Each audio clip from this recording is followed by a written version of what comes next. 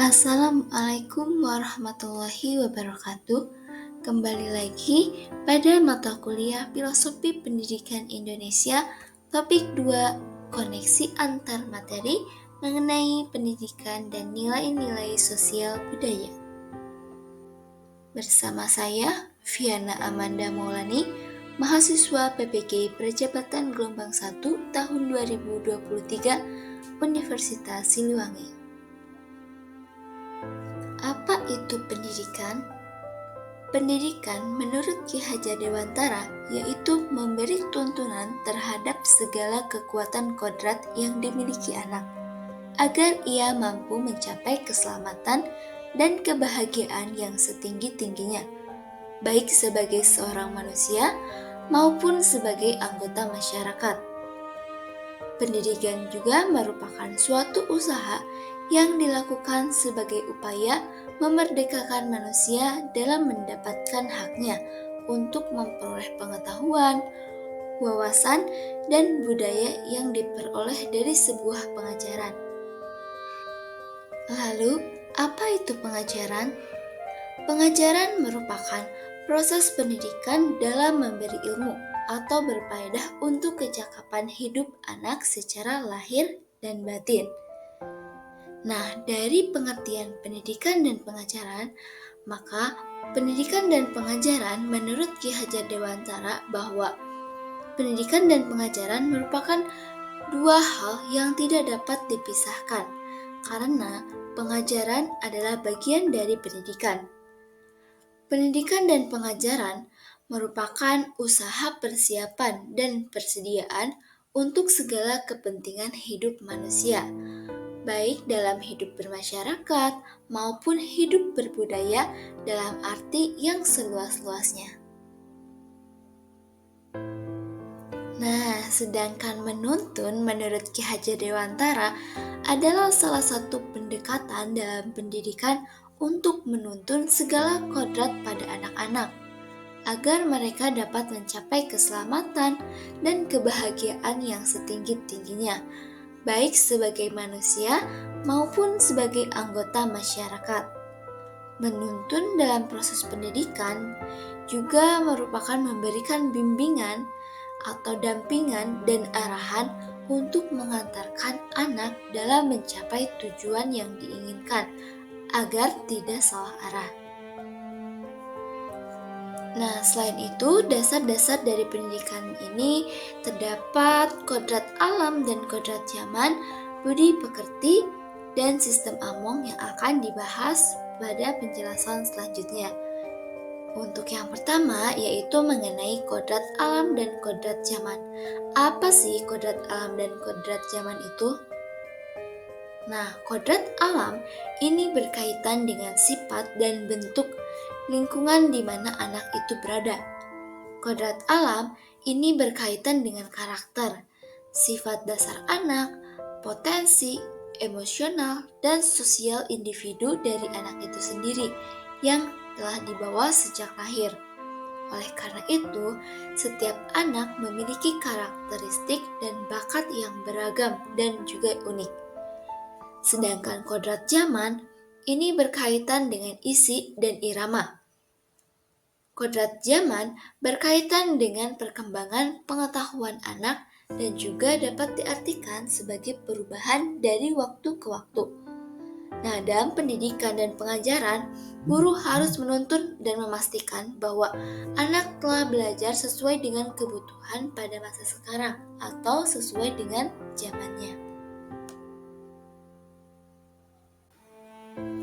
Lalu, budi pekerti itu apa?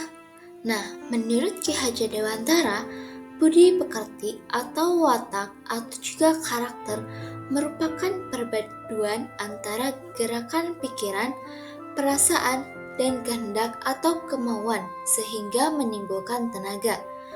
Budi pekerti ini juga merupakan suatu keselarasan atau keseimbangan hidup antara cipta, rasa, karsa, dan karya.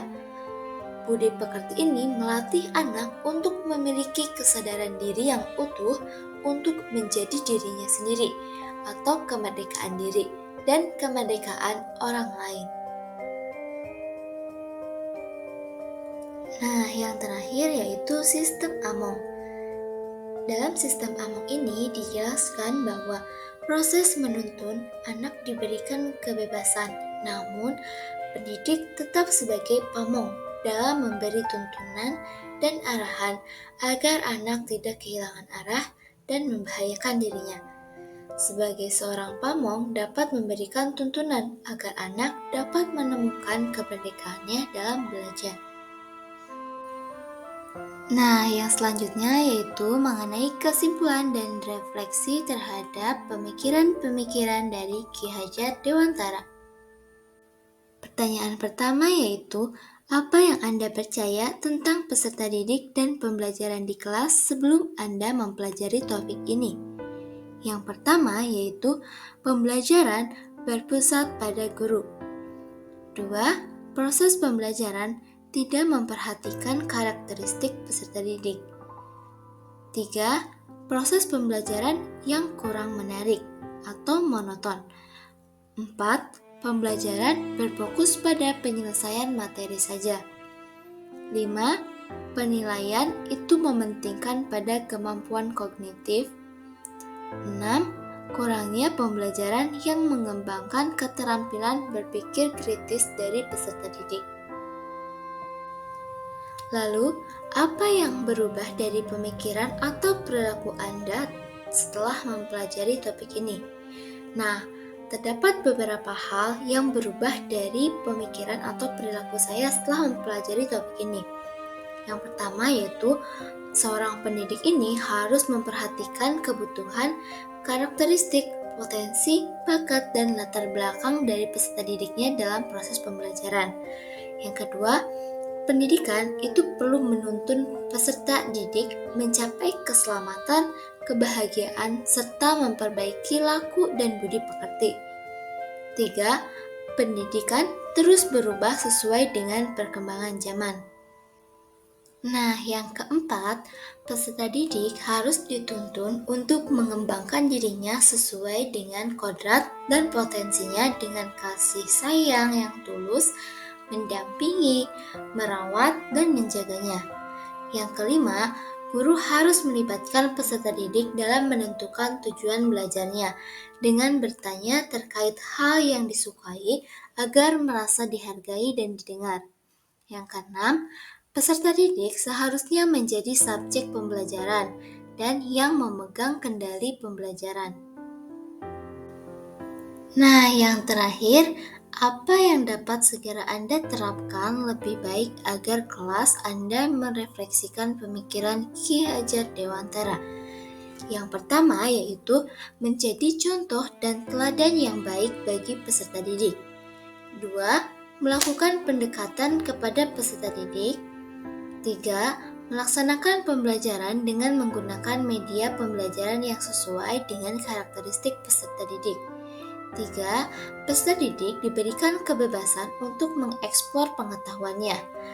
Yang kelima, membuat pembelajaran yang menarik bagi peserta didik. Sekian yang dapat saya sampaikan. Mohon maaf atas segala kekurangannya. Semoga apa yang saya sampaikan ini dapat bermanfaat bagi kita semua. Salam semangat untuk kita semua. Wassalamualaikum warahmatullahi wabarakatuh.